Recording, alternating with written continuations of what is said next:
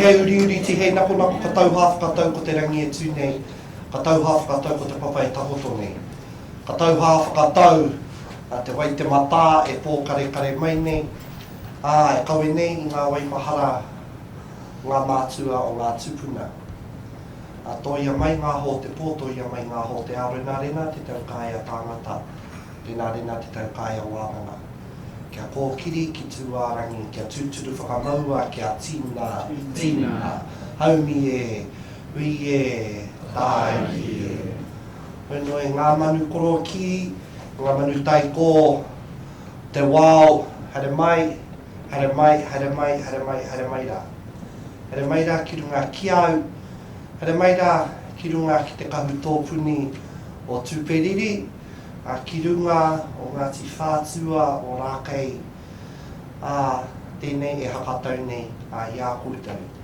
Hare mai rā ki te kohanga o te toki i te rangi, e tū tangatanga ana e hakatau nei ai te kaupapa, nāna i whakakotahi ai tātou i roto i te rānei. Ha koe marangai ana i waho, ko tau mai ki te ahuru moai o tō tātou whare, hare mai rā. Kei ngā mana, kei ngā wehi, kei ngā tapu, ngā mātauranga, ngā pūkenga, wānanga, ngā wānanga, e ao ki a tātou. It's indeed an honour and a privilege to be able to welcome you to our building here, to Te Toki Te Rangi, all our esteemed guests. Nau mai haere mai, Pona kaupapa that has brought us together, even though kei te marangai ki waho, it's a bit windy and blustery outside. Welcome to the warmth of our whare here at Te Toki I Te Rangi. The name gifted to this building by the people of Ngāti Whātua o Rākei. So it's in that mind and in that heart that I welcome you once, twice, 3 times. Tēnā koutou, kia ora tātou katoa. Tēnā koutou tēne, tō karana, tō mei, tō karakia, tēnā hui. And welcome once again everybody to PwC ko Tāmati, Shepherd for Piti Tukunua. Nō te whānau apanui nā te kahua hau. I managed to fly here from Whangarei today. I was very pleased to land. And really proud to tautoko this agenda. For us, diabetes is a national and a personal issue. We worked with a number of fabulous people in this room to produce the first economic analysis of diabetes in the country 3.5 years ago. We did it all over COVID, so we're getting used to meeting each other outside of the screen. But the findings were very clear. The #1 chronic disease, and it's costing us billions a year. And great to see some action actually in that space, and welcome more. Particularly in this town, one thing that really shocked me was the stats in South Auckland. To see actually Pacific as #1, which I expected, but I didn't expect Indian and Chinese to be #2. Ahead of Māori in terms of diabetes and suffering from chronic disease. So indeed an important national issue. It's always also very personal. I shared with the group when we started our mahi that I hoped I made it to 50, and I wasn't being flippant. I'd lost both my parents before they turned 50. And I'm pleased to let you know that thanks to the awesome support to doctors at Tui and Unichem and the Northland Whatuora, I used to call them a DHB, but it's the Northland Whatuora team, I'm going to make it to 50. I turn 50 on Thursday, so I'm really happy to stand in front of Heather and have made it to 50, because when we met, Dr Jim was astonished to hear that I was a drug mule, because every 3 months I would go back to Australia and get the pills that I couldn't get on the system here and bring them across the border so that I could stay alive.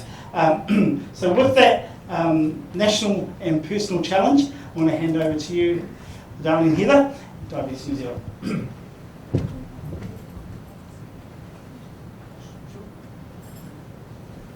This time probably we welcomed our politicians. I'm not a politician, just so you know. I've been asked to stand a lot, but stand aside.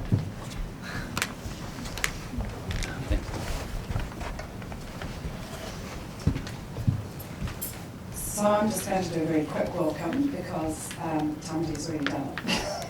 But I'd like to personally thank you, Tamaji, for your ongoing support. PwC totally embraced our social and economic cost report, and they've continued to sort of support us ever since that report's been done, and today hosting this is, we're very grateful to you, and you've been a constant friend of Diabetes New Zealand and we thank you for that. I'd like to thank everyone for attending as well. These things don't happen if you don't have people coming and attending, and it just shows the actual interest. But particularly I'd like to thank our politicians for joining us. I'm really delighted to have you here. The Diabetes New Zealand has been, we're not only a support service, but we also advocate, and we've been advocating for probably 6 years for CGMs. And hopefully we might see those happen, and we're pretty chuffed that Whānau came out at the point of doing the evaluation. So, but that's just the start. You know, there's a long-term goal, and we're very keen to see whoever becomes government to see if they're actually going to pick up the challenge of diabetes, which is a long-term plan. It's not a short-term fix, it's definitely a long-term plan. But someone's got to have that confidence or that determination to do that. So I'm sure that you'll be asking a lot of questions here. The group here is made up of consumers, patients, clinicians and researchers, represented our partners here, which just shows their collective NZSSD, who are our clinical representatives, Ethical Diabetes and Obesity Research, Healthier Lives Challenge, and obviously PwC as well. So I'm not going to say much more because this is your show. But thank you very much for taking the time to join us and for being prepared to front what is a very important topic for all of us in this room. And wait till you get the questions. Thank you.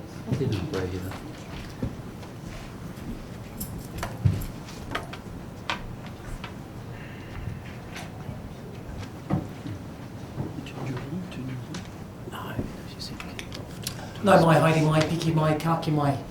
Thank you very much for coming along this evening for this very important debate on diabetes matters as we head into the 2023 election campaign. I have with me National's health spokesperson Shane Reti. Kia ora, welcome to you. I have Michael Wood from the Labour Party and Ricardo Menéndez March, who is the health spokesperson for the Green Party. So a round of applause for our politicians. Now, we'll crack into it pretty shortly. What I'll do, and I'll signal this because there's a lot of expertise, both lived experience and knowledge in the room. So I want to harness that and get some of your questions a little bit later. So have a think about how you're going to phrase that, and I'll give you plenty of heads up as we go through. But we will open it up and we'll have mics roving around so that you can get your questions to the politicians. Let's just start with the scale of this challenge, and I'll start with you, Shane Reti. If you look globally, about 500 million people have diabetes, mainly type 2, about 90%. And this is predicted to rise another 50% by 2045, making it the biggest global epidemic in history. Is New Zealand taking this seriously enough? Let me start first of all. Nā mihi te rangi, nā mihi te whenua, nā mihi ki koutou, a kia ora mai tātou. E tuatahi ki te kaikorero, a tēnā koe nā mihi ki a koe, ki te kai whakahaere, a tēnā koe hoki. Tēnā koutou mo te tonu mai kia hau, ki te tūtakitahi a koutou I tēnei rā. E pai ana kua puta mai tātou ki te whakawhiti whakaro, e pā ana tēnei mahi hirihira, ka nui te mihi ki te kaupapa o te rā, tēnā koutou, a kia ora mai tātou. Just wanted to acknowledge our speakers and organisers in the beginning. Wanted to acknowledge the sky, the earth, and all of you. Thank you, Guyon. I'll now sit in front of me. Good. Look, okay. So a global epidemic, undoubtedly. I had the privilege and the challenge of managing diabetes through the Middle East, through what was called Jocelyn Clinic out of Boston. And we were looking to deploy diabetes clinics into Dubai and Kuwait was the main theatre of operation for us. So I've seen that global impact across the world, and on one level they're a good example of an economy that has some money, that therefore has a lifestyle that goes with that, and therefore the consequences of diabetes that follow. So your question was, are we prepared for the tsunami of diabetes that may be coming towards us? My sense is probably not, and if I was to look at an area particularly where we would have a pinch point, it would probably be around the health workforce. All across the health workforce, right through laboratory staff, right through clinicians, I would suggest that we just don't have enough people to well manage diabetes, and not just diabetes, by the way, but this is the focus of the discussion here today. I would suggest that we're not well prepared for that tsunami of diabetes coming towards us, and if there was one area that I would particularly focus on, it would be around the health workforce. What are we missing in the health workforce to prepare us for that? Several things. You name it across the diabetes spectrum. Not enough dietitians, not enough diabetes nurses. We don't reach far enough into our at-risk rural and remote communities where we know we have high vulnerability. Diabetes coordinators, diabetes educators. The laboratory folk would tell me they don't have enough staff either, although it's not specific to diabetes. I think almost at every station of the diabetes management pathway, when you look at the human resource, there's probably a deficit. Okay. Michael Wood, we've got about 300,000 New Zealanders with diabetes at the moment, and the forecasts are for this to rise to about 430,000 at the upper end in 20 years. 430,000.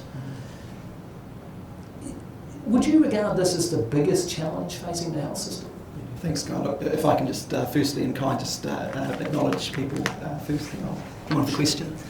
Tui te rangi e tu nei, tui te pāpa i tākoto, tui a rātou kua wehi ke te pō.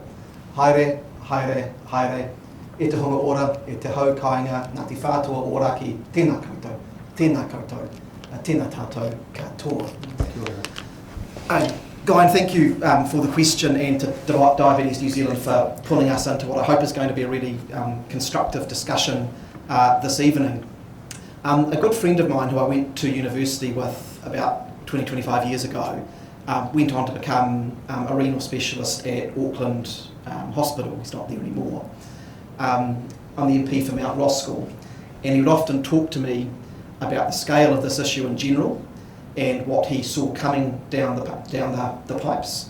But he'd also talk to me specifically about the fact that in the DHB as it was, he spent a disproportionate amount of his time with patients from my constituency.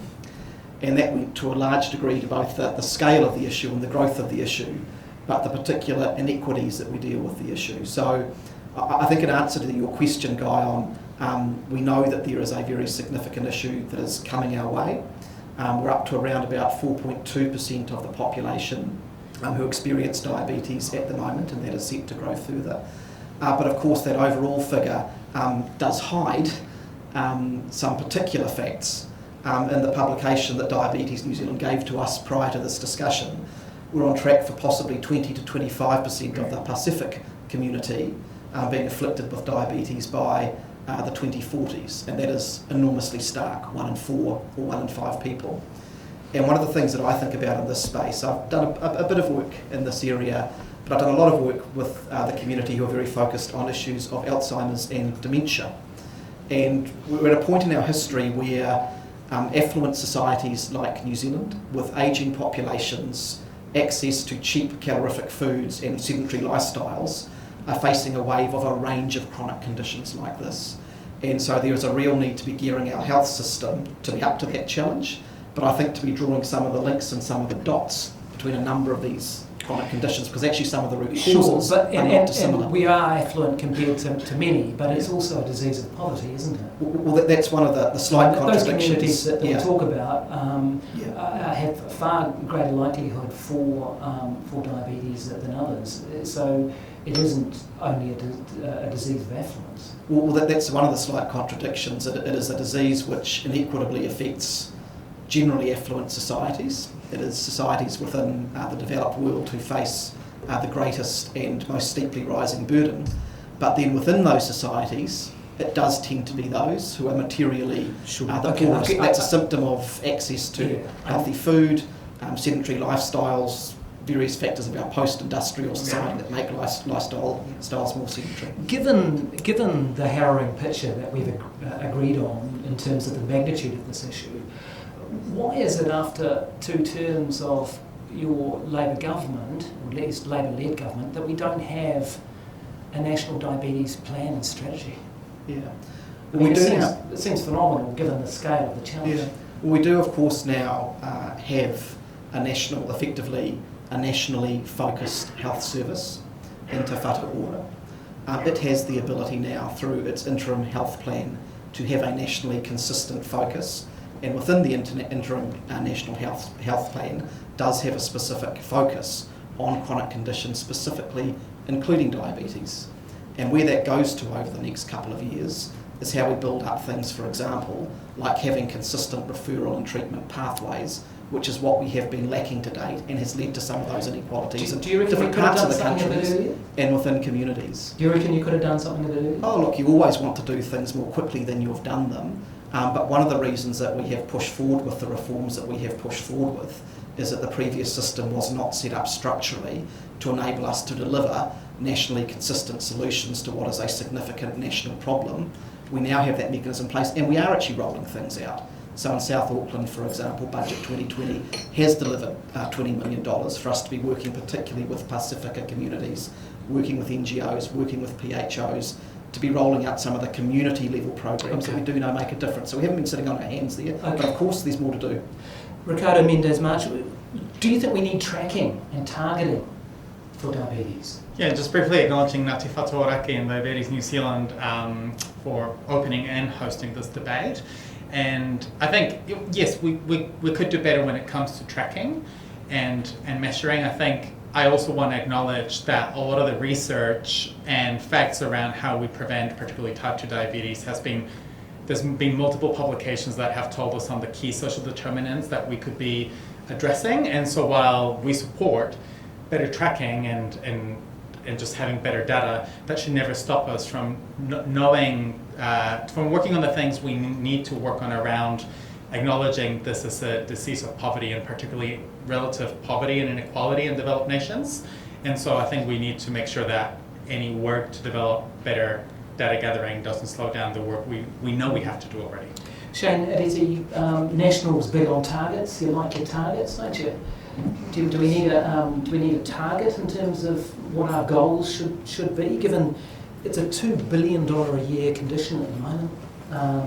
That's the cost of diabetes in New Zealand. Those forecasts, and they are PwC, I should mention the name of that report, it's the Economic and Social Cost of Type 2 Diabetes report that PwC did with a number of organisations, including Diabetes New Zealand. But those forecasts say in 20 years it's a $3.5 billion problem, which would probably make your finance spokespeople wince. What do you reckon? Do we need targets here? So there's that pre-diabetic group coming towards us that may be as big as a million people, the impaired glucose tolerance, or those who are marginal HbA1cs at the moment. That's a tsunami coming towards us. But to have a target, you need to have a denominator. So I'd ask the room, how many type 1 diabetics are there? I'd be very surprised if anyone can give us an answer. Yep, and absolutely, it's based on a widespread... 17,000 New Zealand. Based on what data set? Well, the 17,000 T1s, I think. I don't know. I don't know where that number comes from. That's about right, isn't it? It's a bit... No one knows. This is my point. To have a target, you need to have a denominator. And so my point I'm getting to... Just hang on a second. If you give the invite to the room, you have to the room comes back to you. They didn't know. We need that data is my point.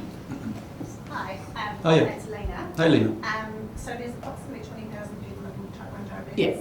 There's been a lot of research recently being done by Diabetes New Zealand, JDRF.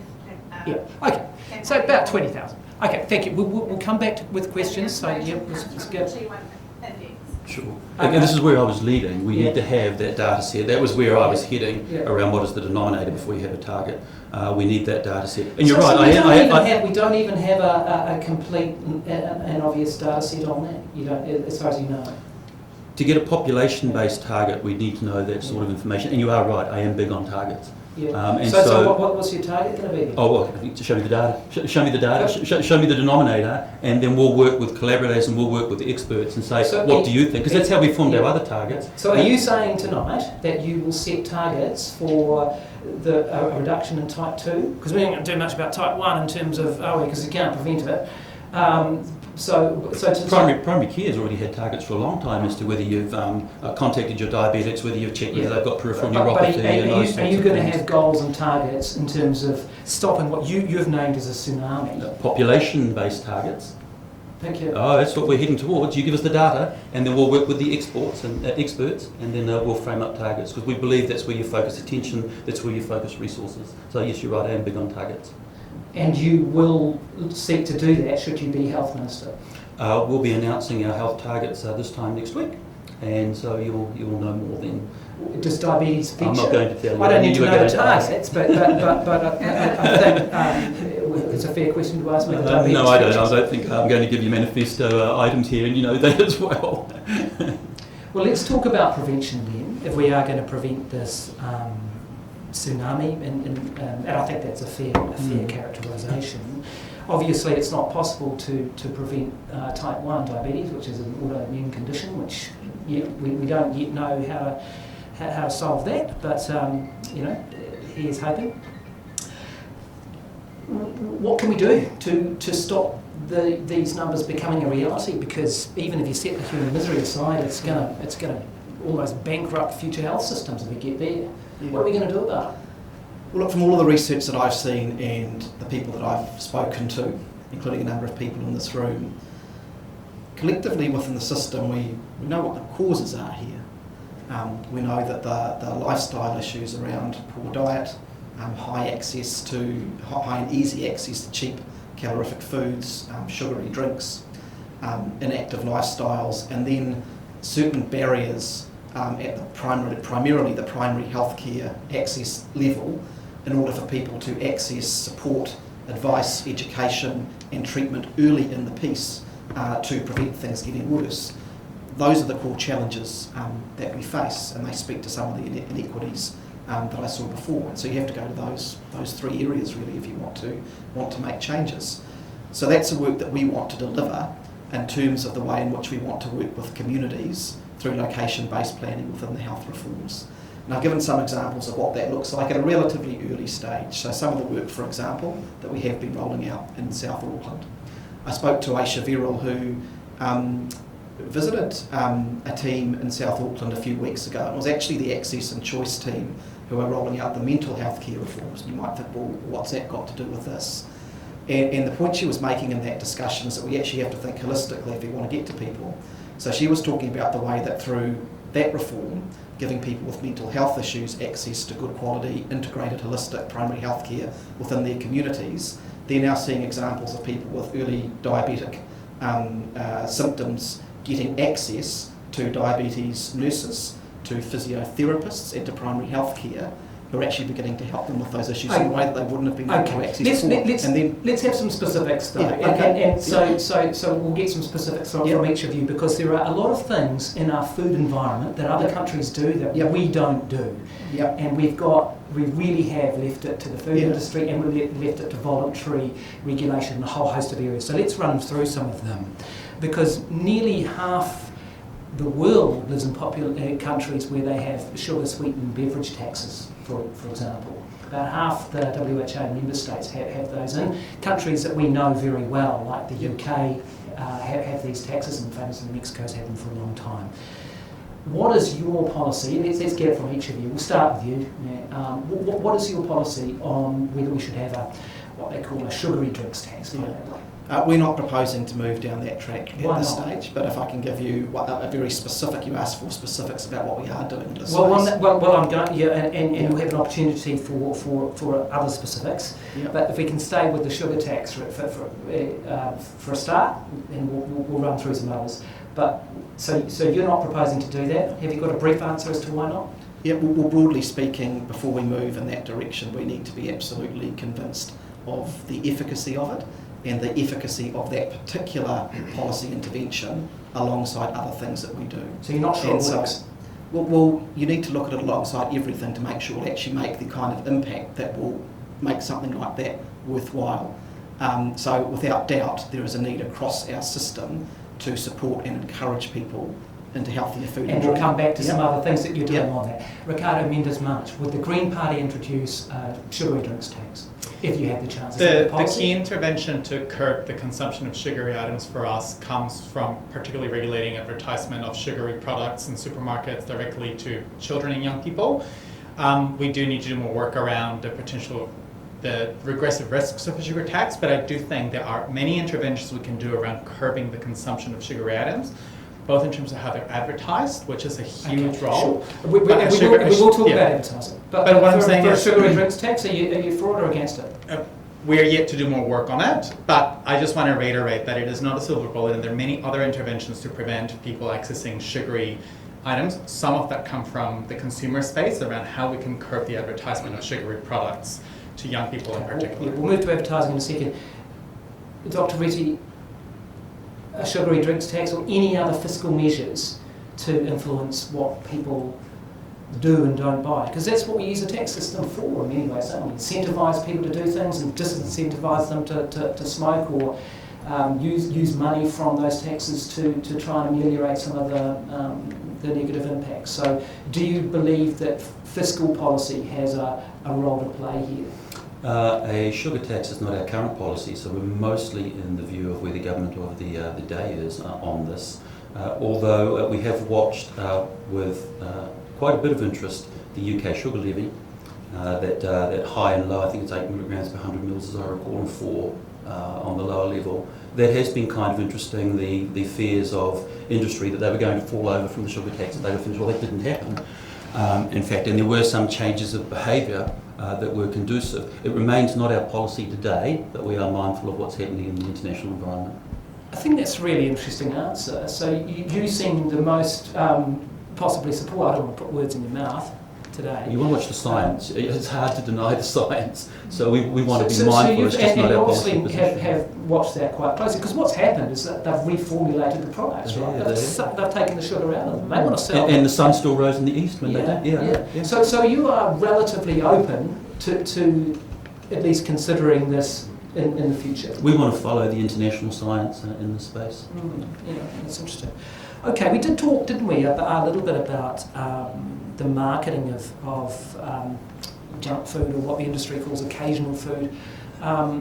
At the moment, we leave that to the industry. You've got the ASA, which is an industry-led organisation, and you know, anyone with kids can tell you that it's pretty hard to stop them when they start getting those messages. Are you happy with the environment that we've got at the moment in that space? Yeah, look, it's a concern, the way in which people, kids and young people in particular, have a huge amount of marketing spend that is thrown at them in this area. Governments do generally get very, very cautious about singling out particular sectors and restricting their ability to do that kind of thing. Our approach has been and will be to do a lot more on the positive side in terms of how you actually support and encourage people. Well, we locked tobacco out pretty quickly, didn't we? Yeah, we did. We did. Right. And at the moment, and correct me if I'm wrong, there's a room of experts here, but I think about 18% of the healthy life years lost are obesity related. Yeah, and so I'll just finish what I was saying in terms of what we are doing. That's probably greater than tobacco at the moment. Yeah, so a couple of things we are rolling out. So why would we allow McDonald's to sponsor the Football World Cup if we don't allow tobacco? Well, the short answer is that a person can enjoy McDonald's from time to time in their lifestyles with very little harm to them. A person who takes up tobacco smoking, there's a 50% chance that will kill them over the course of their lifetimes. Now, that is not to deny the fact that an epidemic of fast food can, at the population level, have negative impacts. But it is a qualitatively different lesson, and governments are cautious about coming in and overriding the basic right of people or companies to be able to say what they want in general. So it's not a never, but it's those are some of the cautions that we have. Are you personally comfortable with McDonald's sponsoring the FIFA Women's World Cup? Look, I think, frankly, there are, given some of the commercial entities that were involved in that event, it's probably at the lesser end of some of the evils that you might have there. But a couple of times, Guyon, you've sort of said to me, what would you do? And I do just want to briefly say what we are actually doing in this space. So the Healthy and Active program that we're running out into schools, for example, is about making sure that we put a lot more focus on getting healthy food into schools. We're delivering free school lunches, 100 million of those, which is about getting kids into the habit of having nutritious meals. And we are getting rid of sweet and sugary drinks in our schools. So actually going to the population group who are the most vulnerable to some of this, and actually for the part of the day when they have frankly been, often the only thing that's been available has been extremely unhealthy food, we're taking active steps to get healthy food and get the worst sugary drinks away from our kids at that time. So there is work that we've got going on there. And of course the GST of fruit and veggie. So we're trying to do some things on the positive side of the ledger that do nudge people in the right direction. Why do we, and anyone can leap in here, why are we number 2 or is it number 3 for childhood obesity? There's several factors in that, right? And like I mentioned earlier, one of the things that Greens are looking into doing some policy work on in the future is around advertisement of sugary items towards young people in particular. And for example, the role that supermarkets play in how they specifically market products towards children. And that is something that we can do while at the same time building on the work that's being done to not just take away access to the unhealthy stuff, but give greater access to healthy and an abundance of healthy kind. One of the things I think we can do is expand the healthy lunch programs to more schools. But I think at the same time, this is why we can't decouple the work to end poverty from the work to tackle things like diabetes. And so it's about working at a holistic level and curbing the consumption of high calorific and sugary products. Sure. I'm going to move to intervention soon. We're going to discuss the continuous glucose monitors and that sort of side of it. But just before we do that, let's get some thoughts on that. Why are we number 2 for childhood diabetes in the world? In the developed world, sure, but how can that be? Multifactorial range of factors. There is a genetic contribution. Do we have enough green areas and exercise areas? Because we focus upon the intake, we don't actually focus on how we expend that energy, whether we provide footpaths and, as I say, green space for people to exercise and consume some of what they take in as intake. Undoubtedly, food choices, food offerings are a contribution as well. Of course it is, as my colleagues have said. So it's really multifactorial as to how we explain the obesity that we have. In fact, we were measuring that as the before school check under Tony Rail's targets, actually, what the weight, it was actually a BMI, for young children was before they were 5, before they went to school, actually. So we were trying to keep a record of this to see what the trend was.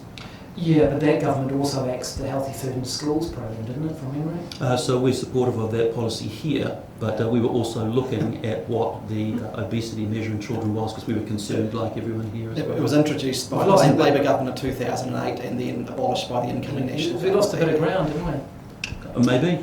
But as I say, we were making it a target. It was that important that we made it a target. What actually happened was it was measured, but it wasn't clear that there was an intervention if you found something, if you found a trend that wasn't good. Let's shift, change tack a bit and talk about the interventions. We're going to play a quick video here, but because one of the calls from Diabetes New Zealand, as many of you will know, has been calling for CGMs, or continuous glucose monitors, to be made available free of charge for all diabetics who are using insulin. So not just type 1s who really need insulin to stay alive, but for type 2 diabetics as well, many of whom use insulin, not all. But the call from Diabetes New Zealand has been for CGMs to be available, and to be subsidised by Pharmac for all diabetics. Let's have a look at the video.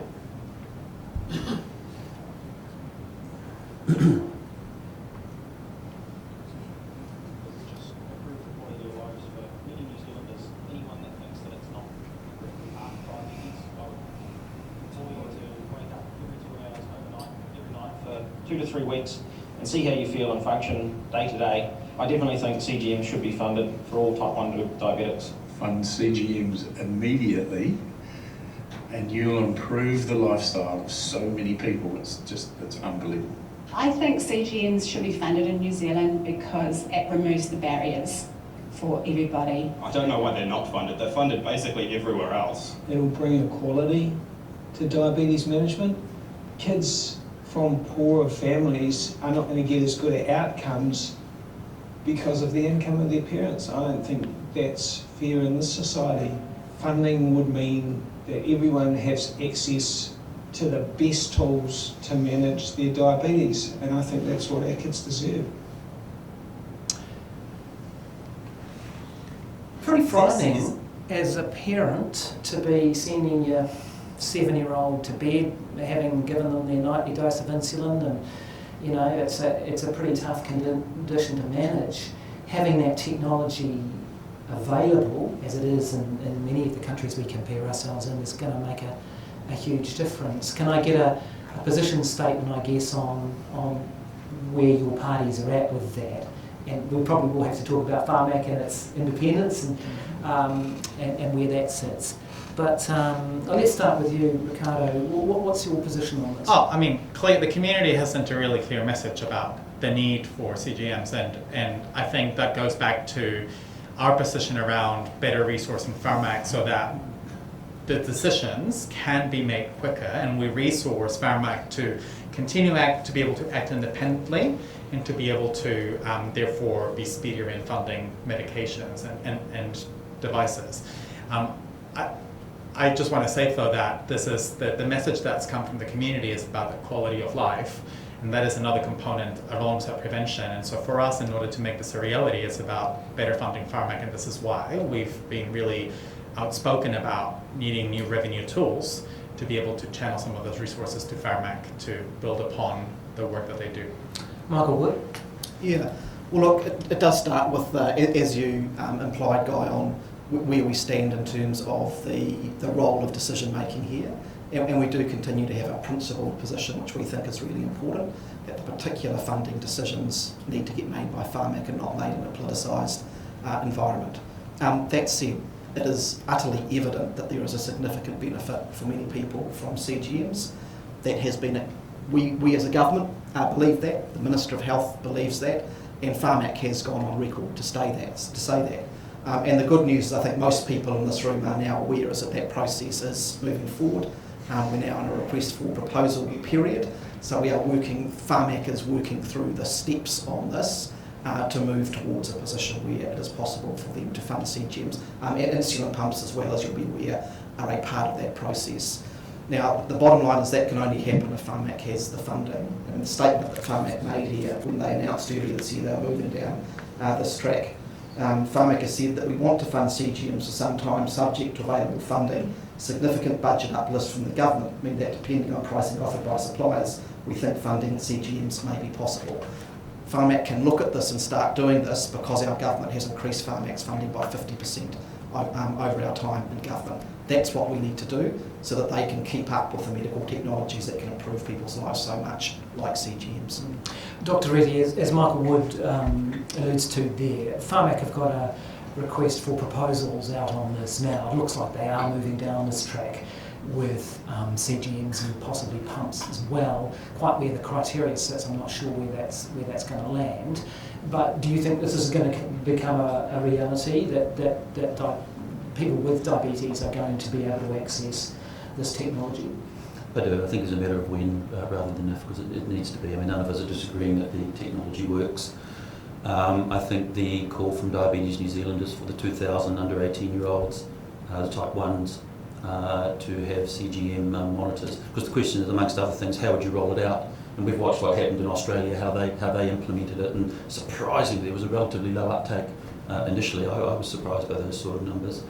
But for me, I'd probably start with the type 1s. I think I'd probably then move on to the gestational diabetics, actually, and then spread it out through to the type 2s if possible, but I'd want to go for the type 1s first. Why? Yeah. Oh, because they've got greater impact, greater influence of low insulin on their end organs, so I'd go for them first. Plus, their life lived is longer when you're young, obviously, so the total impact that you could have for good, call it qualities or however you want to measure that, is more impactful if people are younger when you're making an intervention. So we'd probably start in that young age group and be supportive of the criteria that the society is proposing. And do you all see this hand in hand with insulin pumps? Would they be funded as well? Yeah, well, that has been the process that Pharmac has been moving forward with. And I mean, just one of the important points here is that after the Pharmac works through the RFP process, there is that period of consultation with clinicians and the sector. And that's really important so that when we actually get to the rollout, whether it comes down to phasing, the particular types of kit that we use, that actually they make decisions that are actually going to work when these tools get out into the hands of clinicians and in the community. So that'll be part of the process to make sure that wherever we get to, that we do a good job of maximising the benefits that get out there. But that depends on the choice of device, because not all of them link with pumps. So the Dexacoms do and the late Libras do, but the early ones didn't. So your choice of device depends on whether you even need an insulin pump, whether they're going to link autonomously anyway. And I think to make it work as well, we've got to continue resourcing PHOs and keep a close eye on the localities trial to ensure that actually that uptake can be worked at a community level as well. And while I know that we all talk about better resourcing Pharmac, and I take Michael's point that via the increased funding we've been able to do it, this just goes back to the reality that we do need new revenue gathering tools to continue improving upon the funding that this government has injected into Pharmac. And then we don't. Is this your push for a wealth tax? Wealth tax, capital gains tax, or whatever. But the reality is, we do need to invest more in our health system, including in Pharmac, and new revenue tools will be needed in order to meet the challenges of today. What are our thoughts on Pharmac's independence? Because it's independent until you really want to do something. We saw your policy was to fund 13 cancer drugs. Cancer treatments, not drugs. The cancer agency chose the medicines. Yeah, but it still ends with a politician telling Pharmac what to do, doesn't it? For the treatment gap, the instruction is to follow the Cancer Control Agency, and what they recommended was the gap with Australia, which is not that different from Andrew Little last year giving, thankfully, 199 million, I think it was, to Pharmac and saying my expectation is that will be for cancer drugs. Sure, or from John Key to basically demand that Herceptin was funded in 2008. Or for David Clark to say that if they were successful in 2017, Truvada will be funded by the government, not different to that either. So where does that leave this argument that Pharmac is this sacrosanct, pure, independent agency?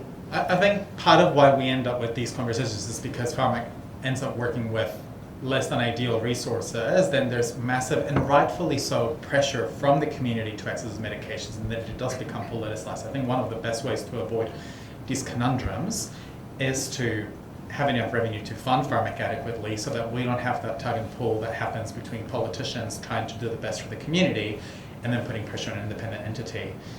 Because the reality is that, as a first-term MP, I can see the disappointment from the slow processes by the community, and as politicians, we just got to be really careful about then how do we respect that integrity and process, but be able and brave enough to talk about those funding shortfalls of the entity itself. Look, I feel, and we feel very strongly about this, and you're right, there's a little bit of history that's happened there over electoral cycles at various points, but you've got to come back to why we have the model. As I think most people here know, it was set up in the early 1990s. It's a model that has had broad multi-party support. It recognises that the fact that we are a relatively small country who has to engage with significant pharma companies, and that if we want to get the best health outcomes for New Zealand, we have to drive every ounce of value out of every dollar that we spend on our pharmaceuticals. And this is the model that enables us to do that. If we start to chip away at it, if we start to do too much of this in election campaigns where we start to chip away at that model, we will undermine what has overall been an effective model in terms of getting the best value for New Zealand. I think where the debate needs to be is about how much capacity we give Pharmac to do what it needs to do.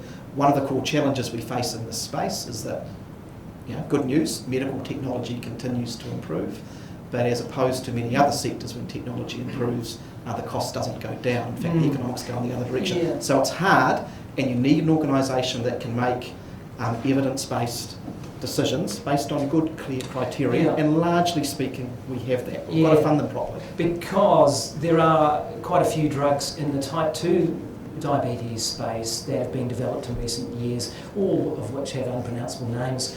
but it's it's GLT2 inhibitors and your florins and your gliptins or whatever they are. DPP4 inhibitors, I believe one of them's called. Now, Pharmac have moved a little bit, but when PwC did that report I mentioned earlier, New Zealand had, quote, the worst range of funded diabetes drugs in the developed world. The worst. The bottom. What do we think about that? So I think the Pharmac model does need to change at some parts. I don't at all discount their procurement skills. They really box above their weight. But time to registration, we take twice as long as other countries, our other OECD countries, to register a medicine that's already accepted by TGA or FDA or you name any regulatory body. And you wonder whether they're just kicking the can down the road until the thing comes off patent and they can get it a lot cheaper. Well, I mean that seems to be the strategy. Australia legislates, they say, you will register in 255 days. So they register in 200 days. So, I think Pharmac needs to be brought just to the registration side, two parts to Pharmac, registration and funding. I think that registration side of what they do needs to be brought to the table, needs to be more efficient. I think we need to be more accepting of the two overseas regulatory bodies that we accept through the advanced approval process, which we have with Pharmac. We have an advanced process and we still register twice as long as anyone else. So I think there are parts of the Pharmac model that can be done better. That's interesting, because you could be the health minister. Are you saying that the review that was done is not enough? And because I know Michael Wood's government did the Pharmac review under Andrew Little, would you put some of those elements back on the table for consideration? Yes. Yes. How broad? What's your thing? Oh, look, the medicine strategy, I think it expired 2018, as I recall, so that needs to be updated first of all, and that will guide and inform a lot of these other processes. But right here, right up front, I'm saying to you that registration process needs to be improved, and if it requires regulatory change or legislative change, again, like the Australians do, then we shouldn't be afraid of that. We need to figure this out. This can't be that hard. So you're promising that you will quicken the time from registration to, it might be a decline in the end, mightn't it? But you're saying that route will become much shorter under the changes. Yeah, I want to shorten that time frame. I want to be much more in keeping with what our OECD partners do. Yeah. And possibly accepting trials that the FDA or the Australian regulator did and say, hey, we don't need to reinvent the wheel here, we can do it. Two of the six, we accept 6 overseas regulatory bodies, and 2 of those 6 who register, I think we should too. Just be aware, that's actually what we do, and we still blow out to twice the time frame of anyone else. That's the accelerated pathway I'm telling you about. So we need to bring that to heel. Guyon, I just say we're not closed to ongoing improvement of Pharmac. Who would be? Nothing is carved in stone in respect of their efficiency and making sure that they've got good fit-for-purpose processes. But I'd say a couple of things. The first is that ultimately you can still do that, but ultimately their ability to deliver medicines to New Zealanders does come down to whether they are funded appropriately. You can have those processes in a better place, but they're not adequately funded. That's not going to make a brass reserve of difference to people who need access to medicines. And without making this debate too wide, this is one of the things that's up for grabs at this election. We're a party in government that's increased the funding for Pharmac by 50% since we were in office. It was frozen for 3 years under the previous national government. You can't do both of these things at once. Continue to make the increases in areas like health and education on this hand, and on the other hand also cut taxes. And that is one of the core choices that you're being asked to make this election. Our commitment is to keep up with increases to important social investments like the health sector more broadly and to Pharmac. There are always choices here. We talked about the funding of cancer drugs that National has committed to. That is a choice. That's been funded by getting rid of the abolition of the $5 prescription fee that we've put in. Now that will affect some of the people that you work with in your communities who need access to their medicines at the primary level and for whom cost has been a barrier. And to scale up, agreed, but at the same time, to be able to better scale up the level of funding that we provide to Pharmac, I think dancing around the conversation about whether we need to get more revenue, which I know I'm repeating myself, but it is the truth of it, to be able to adequately fund our public service to the scale that they need, we can't keep avoiding the conversation of having tax reform on the agenda. And so we may be opposing the National Party's potential cuts to public services, but we also are saying to Labour that we actually do need to put tax reform on the agenda in order to adequately fund Pharmac and other services as well. I'm going to open this up for questions soon, so sharpen your minds and your pencils on that. But what role does bariatric surgery or other weight reduction surgery have in this debate? So it's one of the modalities clearly to improve insulin management, along with other lifestyle changes, of course. But there comes a point for some people where the only way they're going to get effective insulin management is to actually have a surgical approach. And so I think it is, as the criterion is at the moment, it is when lifestyle change has mostly been exhausted. That should be your first avenue. But there is a place for bariatric surgery. Because about 75% was the number I recently saw, but I've seen numbers higher than that, of people with type 2 diabetes are cured with bariatric surgery. In other words, quite quickly the condition effectively disappears. I mean, how much should we invest in that path? It's contentious, I suppose, in that way. Is it ambulance at the bottom of the cliff, or what role do you see that having? It's one of those areas whether it's for the treatment of diabetes or obesity more generally, other health conditions, whether it's frankly sometimes in social and debate and public attitudes, a degree of moral judgment about it. You should sort yourself out yourself and change your lifestyle. It's one of those areas where I think we're dealing with people's health and public health. We should be led by the evidence. We should be engaging with clinicians and going where the evidence tells us and where this is going to be an effective treatment. We're putting resources into that treatment, get better outcomes, and putting resources into other areas. It's certainly an important thing for us to do.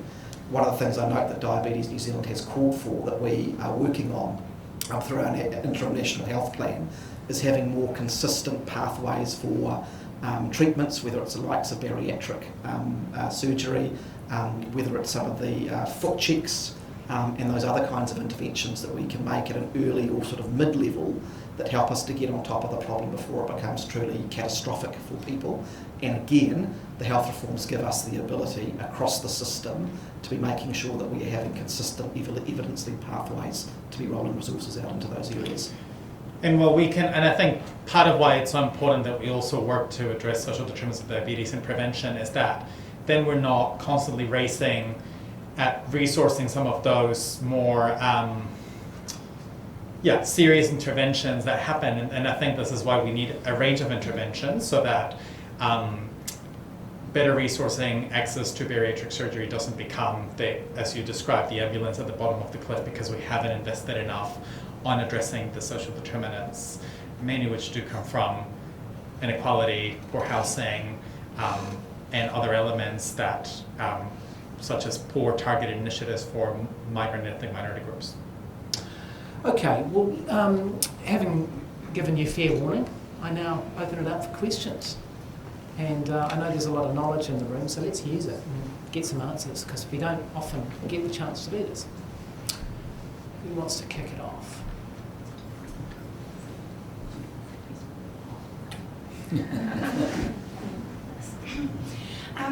My name is Chantal, and I have a child with type 1 diabetes.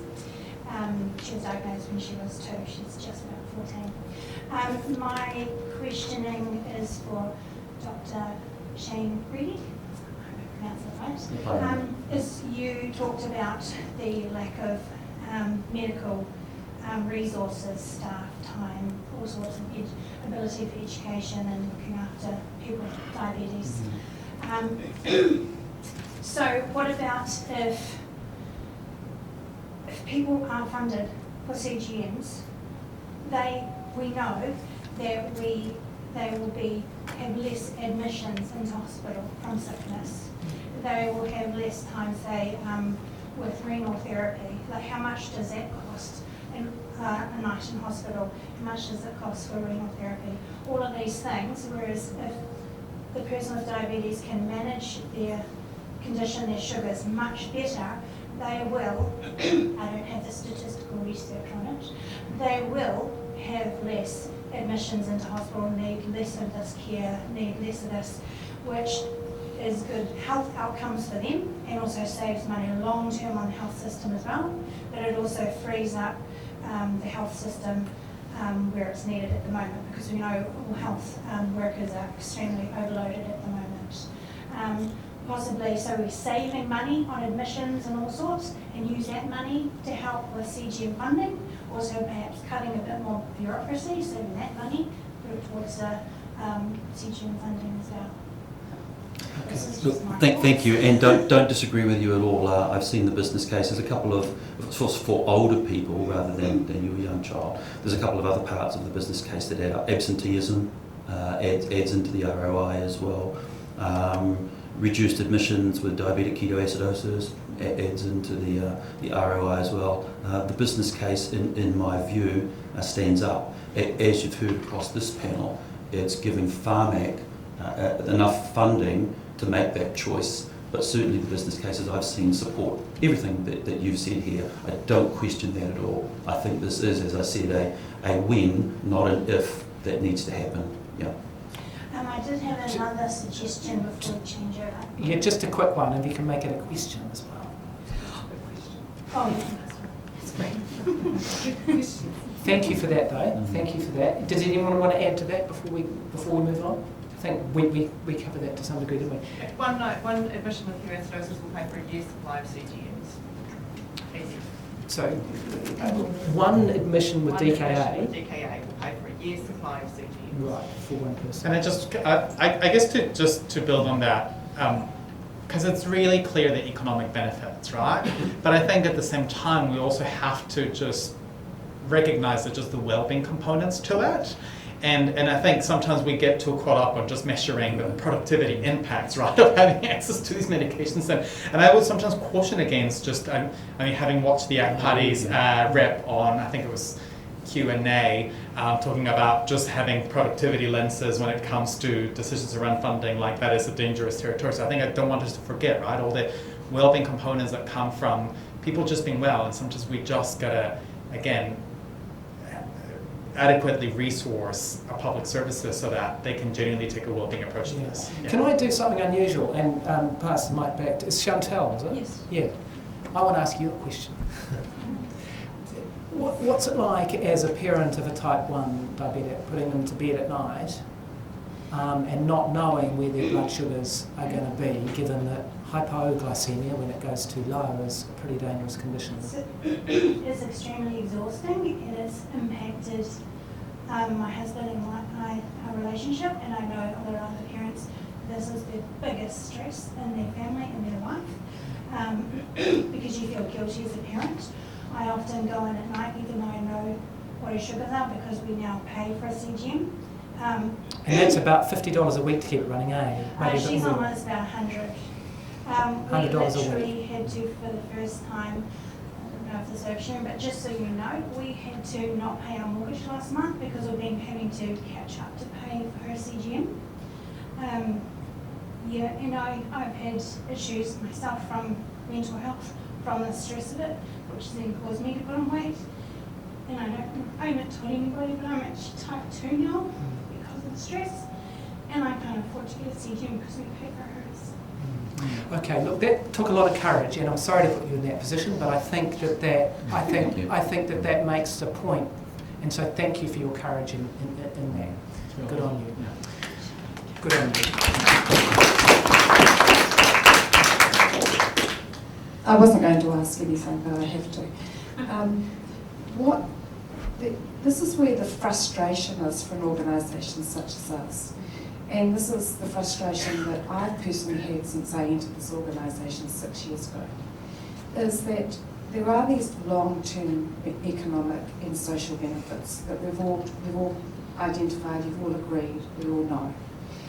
And yet, when we get shoved off, and I have been literally shoved off over the years for 6 years, they've said, oh, we can't do anything about it because it's a Pharmac and they don't have the money.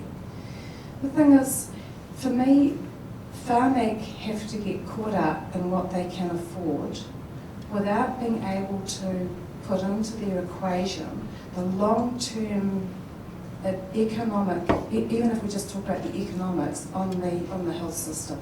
And I've always talked about it, this is a real burden on the health system, and this is a really what I call an easy fix. But Pharmac, and I could be quite wrong here, but what I've been told is Pharmac can't look at that. They're just having to look at the cost and whether they've got the money. And yet, if government was able to say to them the long-term benefits of having it are going to have such a dramatic and significant impact on the health system, there has to be some opportunity for that sort of process to have an impact on what Pharmac can and can't do. Because it's just so obvious that we have had this burden of cost, as Rosemary just said, and yet everyone says to me, Pharmac don't have the money to do it. And that's what I was told by Pharmac. We don't have the funding.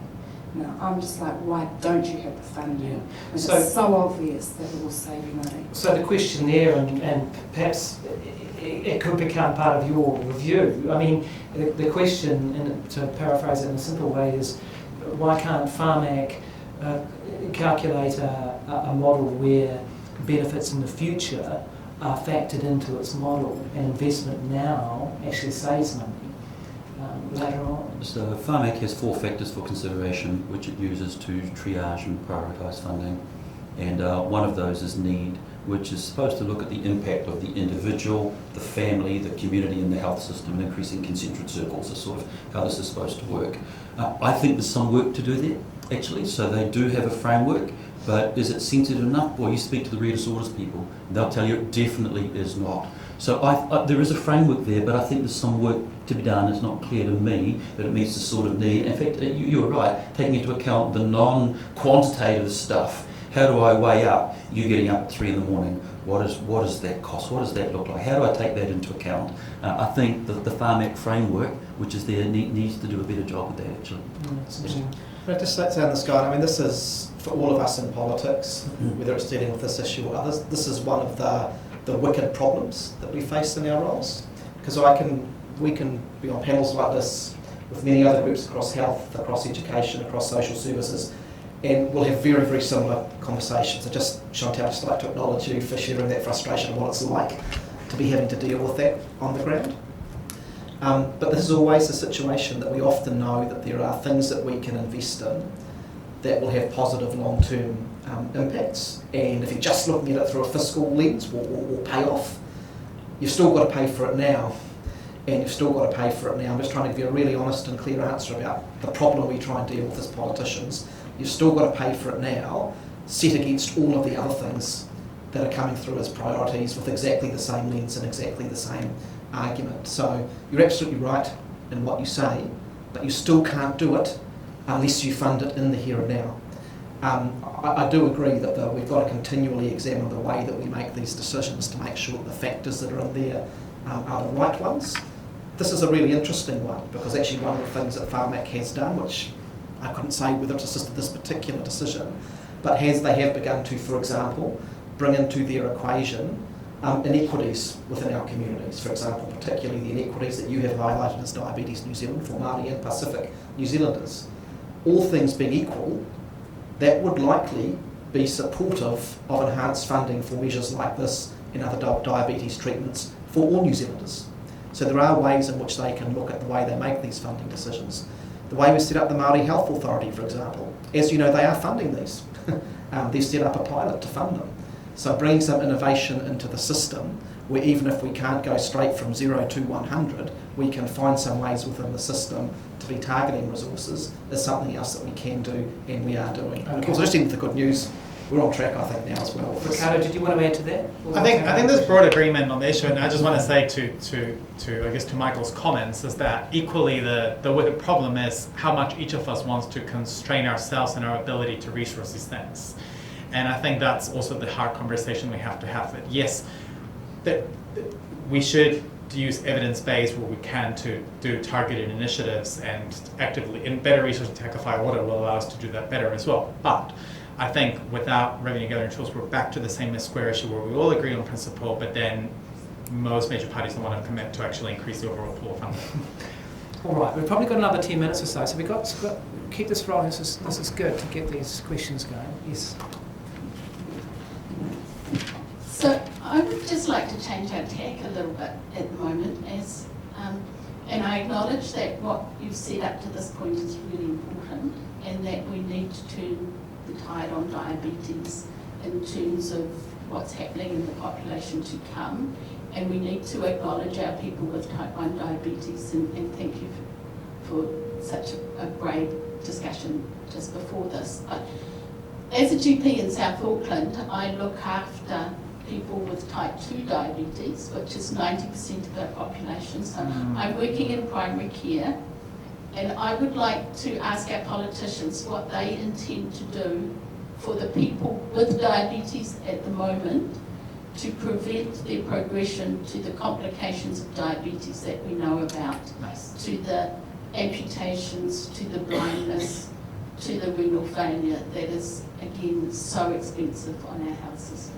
Okay, good question. Let's go down, starting with you, Dr. Reti, and go down. Sure. So there's two parts to this. There's a human resource part, which I've already talked about, having enough people who can detect, manage, and diagnose the conditions you're talking about.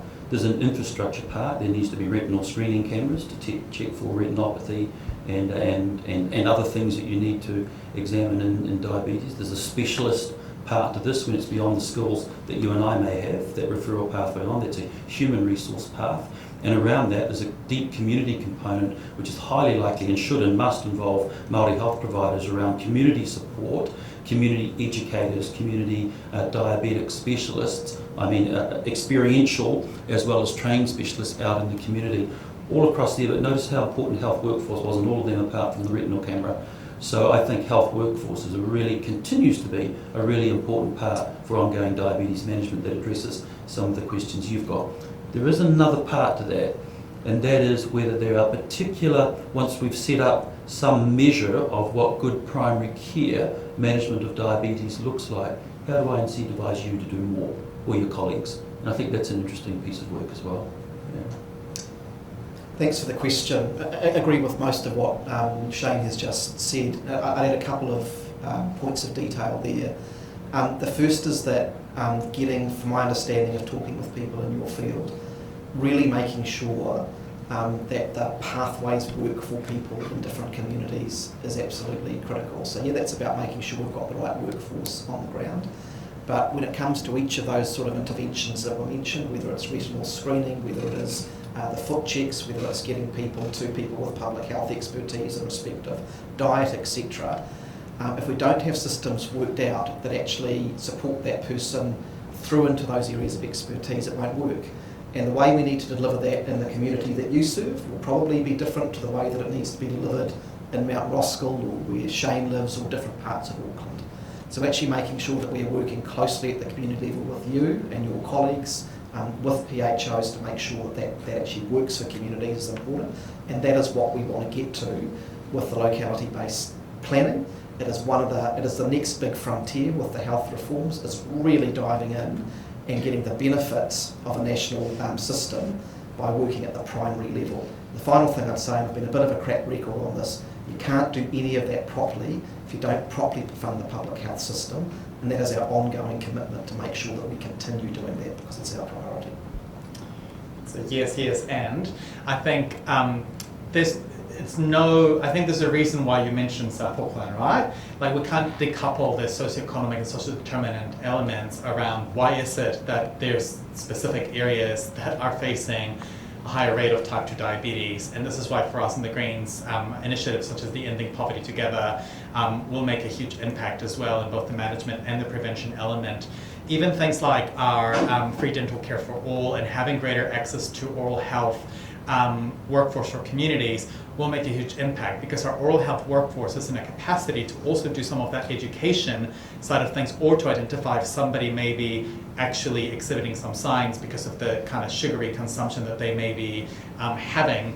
And so there's multiple interventions we can make on top of the stuff that Shane and Michael identified around localities and improving the workforce capacity, which is a combination of improving education pathways and diversifying our workforce via scholarships and greater income support, as well as looking at the short-term immigration pathways that we need to tap on to boost our workforce in the short term.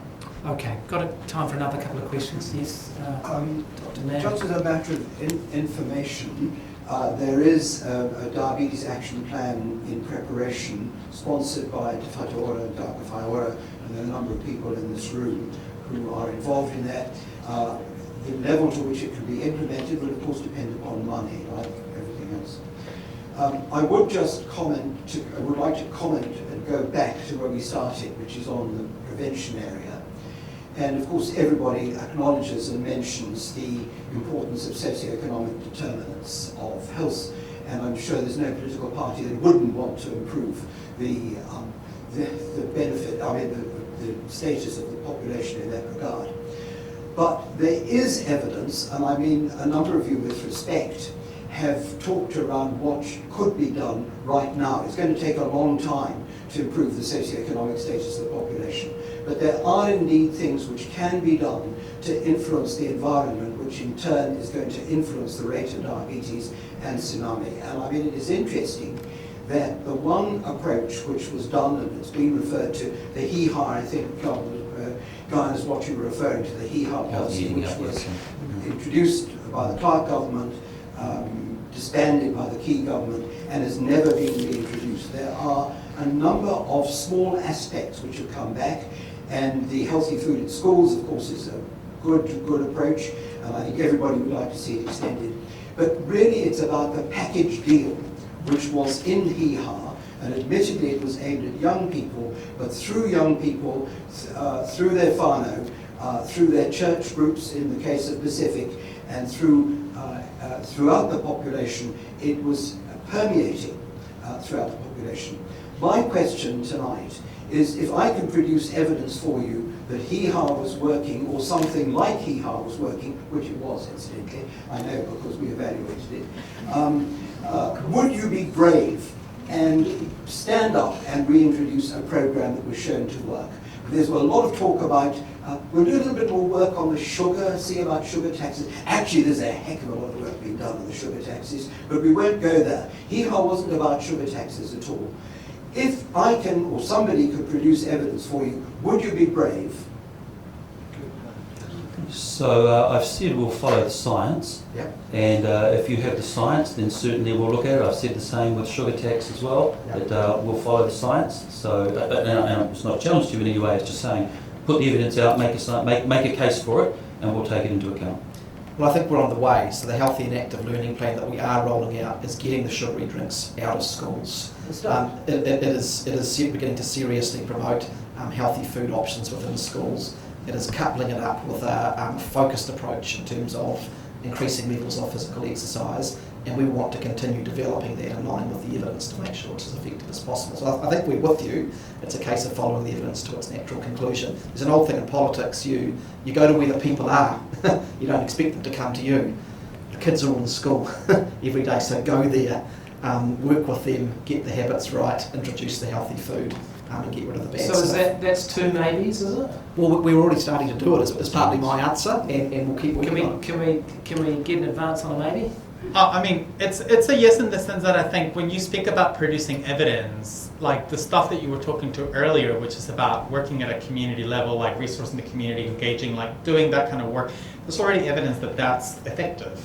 And so I think, I don't want us to get caught in trying to replicate research when actually we do have plenty of empirical evidence that resourcing our communities to do the work on the ground, doing things, expanding on what the government is doing around healthy school lunches and phasing out sugary drinks in school, all of that works. I don't think we need you to produce more evidence when we have plenty of international evidence about resourcing the community for public health related initiatives. See how hard it is to get a yes and no out of these guys? So it's a yes. I'll take it's a clear yes. Okay, we've got time for another couple of questions before we wrap. Hi, thanks. I'm Rosemary Hall. I'm president of the New Zealand Society of Study of Diabetes. I'm an endocrinologist, work in Wellington and in Tairāwhiti. I have numerous things to say, but I'll try and be quick and brief. So my first comment is that the widest disparity in health at the moment is in type 1 diabetes, with the in access to CGMs. The effect of putting somebody on a CGM and conjunction with the pump is phenomenal, absolutely phenomenal. And people are mortgaging their houses and doing all sorts of things to try and be able to afford these. My question to you is, how are you going to help my adult person with type 1 diabetes and their whānau who lives in Ruatoria? From a CGM perspective or just generally? Well, so it's not just a CGM perspective, but it is just generally as well. Well, I think we've talked a bit about the interventions that we would need to have, although you're raising a rurality and remoteness perspective like I share in Northlands. I get what you're saying. And this talks to also some of what Ricardo's been talking about around the determinants of health. Of course, we could go straight to the side and say, what is the transport option for your most rural, which isn't just a diabetes issue by itself. But fundamentally, you'd want to come back to the levers that you have to pull, which are around lifestyle, which are around cultural competence to get a better and more compliant sort of treatment outcome, if you want to call it that. There's, of course, pharmaceuticals, where pharmaceuticals may play into this.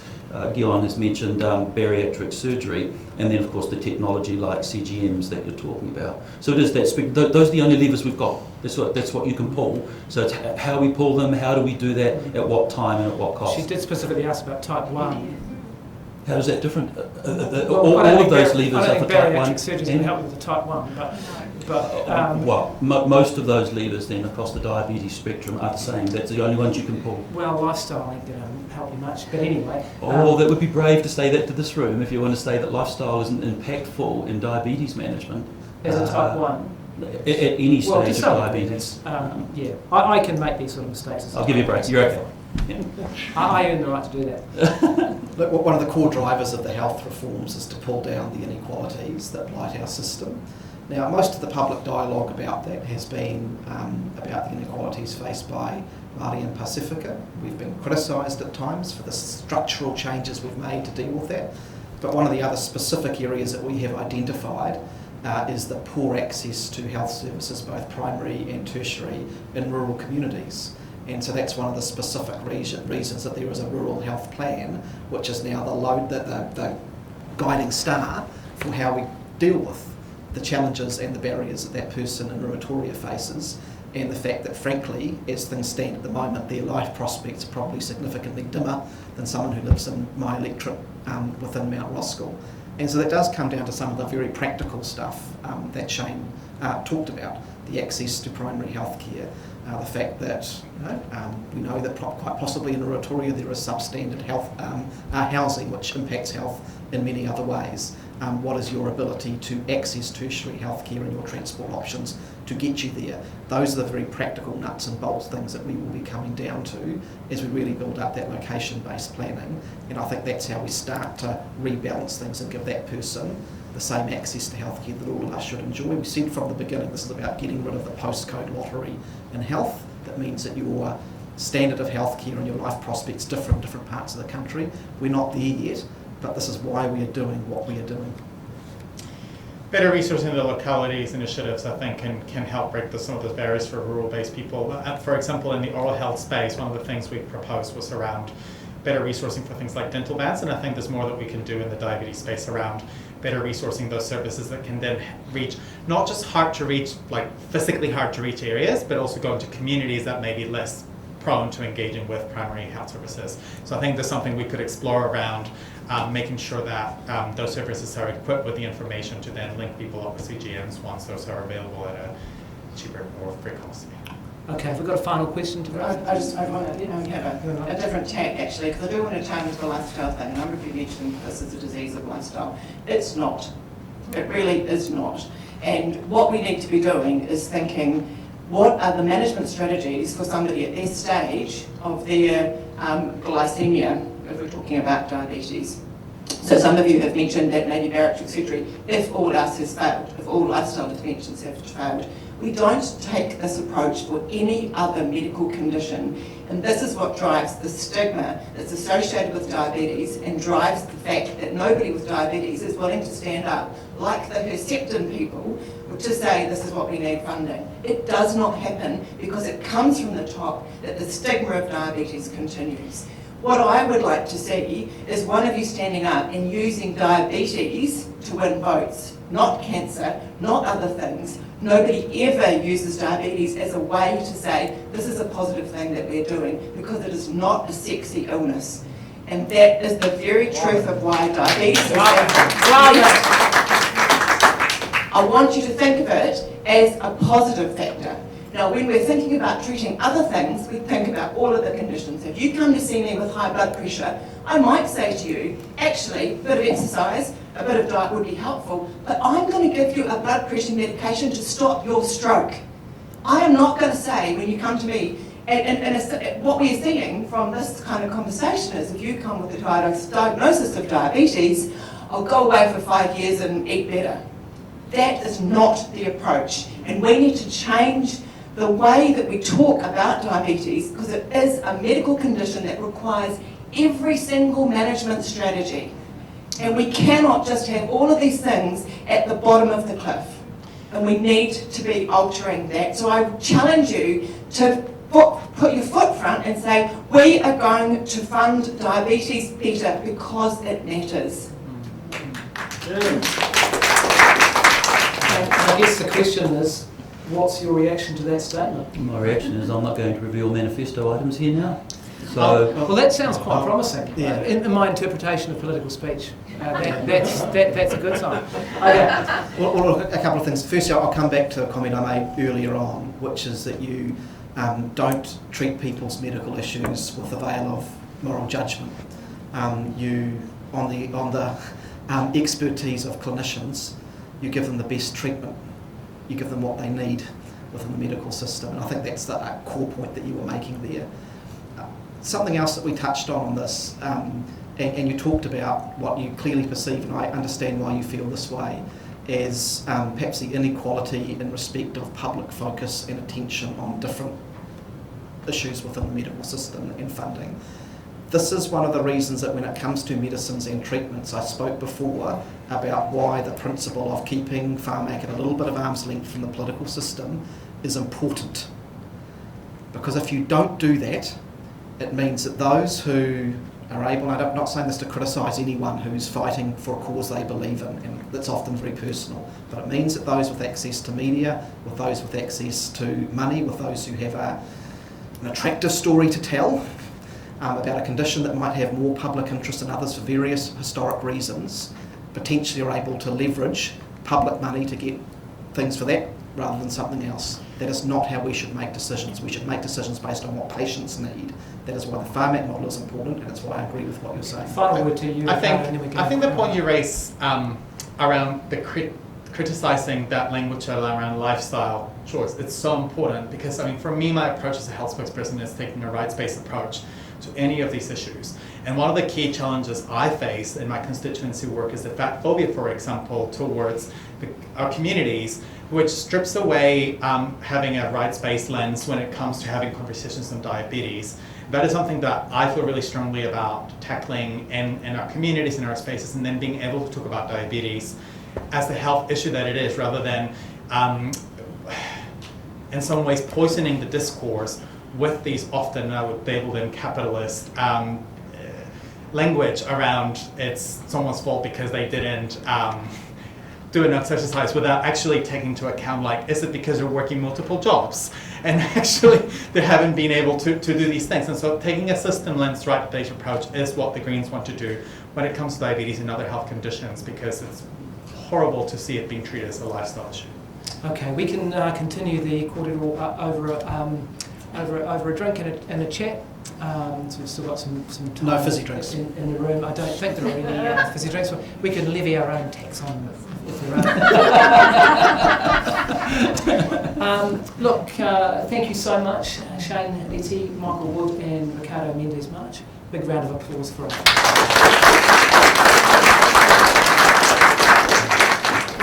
Enjoy the rest of the evening, and thanks for your great questions. Thank you for coming down. Thank you, Guyon. When you go to the bathroom, there's a good sort of sound.